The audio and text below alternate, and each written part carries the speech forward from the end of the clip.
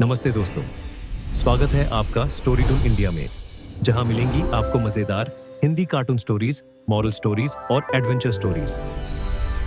अगर आपको कहानियां पसंद है तो लाइक, शेयर और सब्सक्राइब जरूर करें। चलो अब शुरू करते हैं आज की मजेदार कहानी। कानी बहू। किशोरी लाल जी के बेटे राघव की शादी की बात जगह जगह चल रही थी, लेकिन किशोरी लाल जी को कोई लड़की पसंद ही नहीं आती थी। और उसकी एक ही वजह थी, किशोरी लाल जी का लालची होना।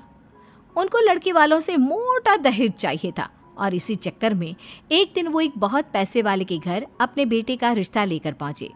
उस आदमी का नाम था ओम प्रकाश। देखे किशोरी लाल जी, मेरी एक ही बेटी है और मेरी सारी संपत्ति जायदाद सब कुछ मेरी बेटी नैना का ही है। पापा, नाम से लगता है बहुत खूबसूरत होगी। कितना अच्छा नाम है ना, नैना। ओ, वैसे बात तो सही है आपकी। अब इतना पैसा है, जमीन जायदाद है, इकलौती बेटी, आप भी क्या करेंगे? सब कुछ उसे ही देंगे ना। बिल्कुल ठीक पहचाना आपने। बस बेटी की शादी और सारी जायदाद उसके नाम। पापा, बिना देखे हाँ कर दीजिए ना। इतना अच्छा रिश्ता फिर कहाँ मिलेगा? माला माल हो जाएंगे हम। मैं अपनी बेटी को बुलाता हूँ। अरे नहीं नहीं नहीं नहीं, आपकी बेटी का नाम नैना है, सुनकर ही लगता है बहुत सुंदर होगी। रहने दीजिए अंकल, मैं तो आपकी बेटी के नाम से ही इतना खुश हो गया हूँ कि उसे बिना देखे शादी करने को तैयार हूँ। अब तो मैं उसका चेहरा सीधे शादी के बाद ही देखूंगा।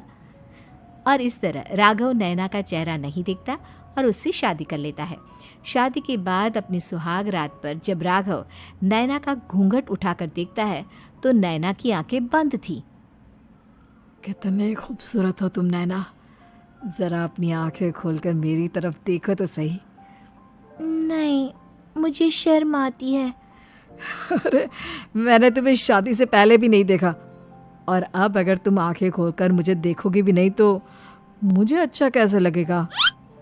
इससे पहले कि नैना अपनी आंखें खोलकर राघव की तरफ देखती, अचानक से लाइट चली गई और राघव नैना को पूरी तरह से देख भी नहीं पाया।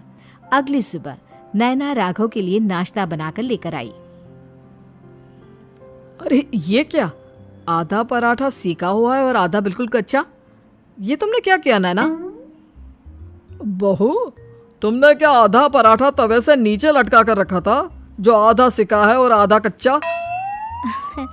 मुझे जितना दिखेगा उतना ही तो सीखूंगी ना पापा जी। जहाँ जहाँ मुझे नजर आ रहा था वहाँ मैंने सीख लिया, जहाँ जहाँ नहीं दिखा वहाँ कच्चा रह गया होगा। इसका क्या मतलब है? ये कैसा मजाक कर रही है तुम? अरे बहू, तुमने इतना लंबा घूंघट क्यों लगाया हुआ है? देखो, हमारे घर में बहुओं को बेटी की तरह रखा जाता है, और फिर तुम तो इतना सारा माल लेकर आई हो। देखो, ये घूंघट डालकर रखने की कोई ज़रूरत नहीं है। हाँ नैना, पापा जी ठीक कह रहे हैं, तुम तो आराम से रहो, अपना ही घर समझो। नैना अचानक से अपना घूंघट उठा लेती है।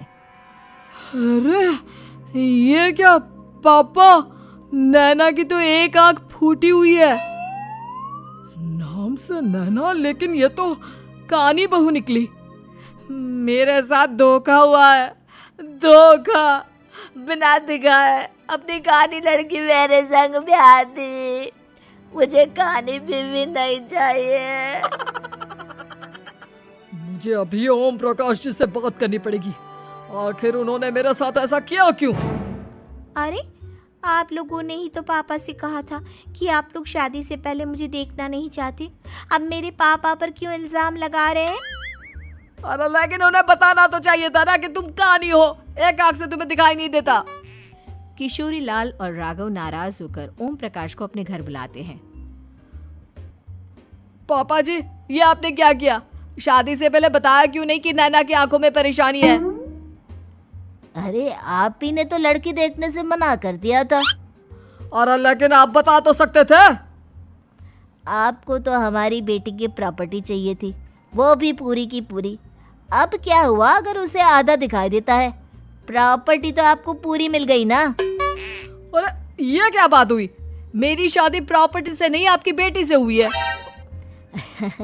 अब ये तो पहले सोचना चाहिए था। तब तो मेरी प्रॉपर्टी देखकर तुम्हारी जुबान लप लप आ रही थी। लेकिन मैं कानी लड़की को अपनी बीवी बनाकर नहीं रख सकता। पापा कुछ करिए ना आप। हाँ करता हूँ। देखिए ओम प्रकाश जी, आप हमारे साथ ऐसा नहीं कर सकते। और तुम देखो, अगर तुमने मेरी बेटी से शादी तोड़ी ना, तो जो भी प्रॉपर्टी मैंने तुम्हें दी है वो तो पूरी की पूरी वापस ले ही लूंगा, और आधी प्रॉपर्टी तुम्हारी भी लूंगा। अरे मेरी आधी प्रॉपर्टी भला क्यों लेंगे आप?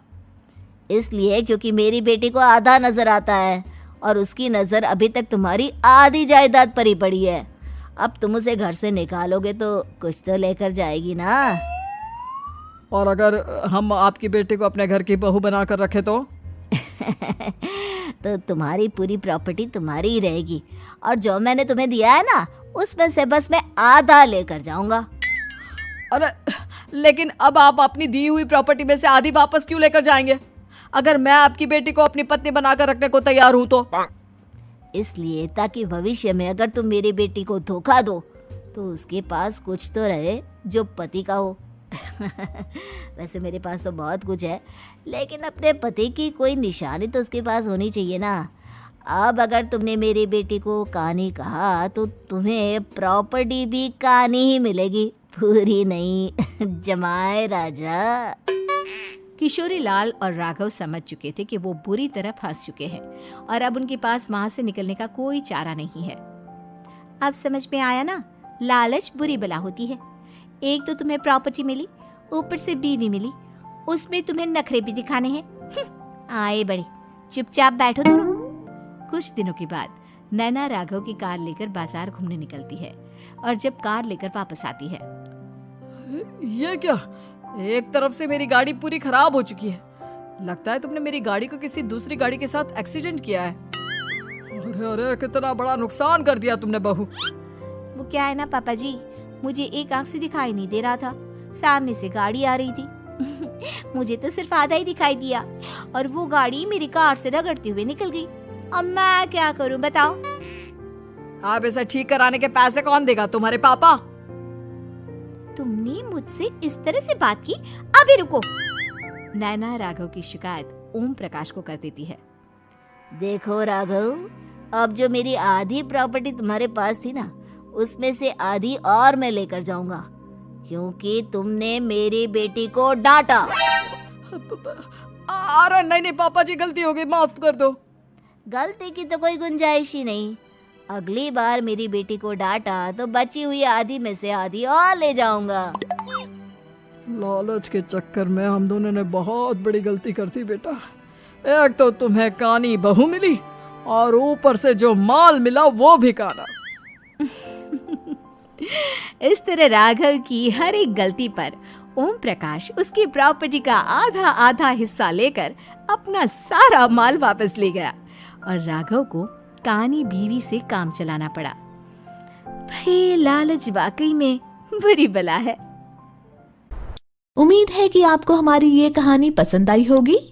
कृपया हमारे चैनल को सब्सक्राइब करें और सभी अपडेट्स के लिए बेल आइकन जरूर क्लिक करें। और हाँ, वीडियो लाइक और शेयर करना मत भूलिएगा। Bye bye.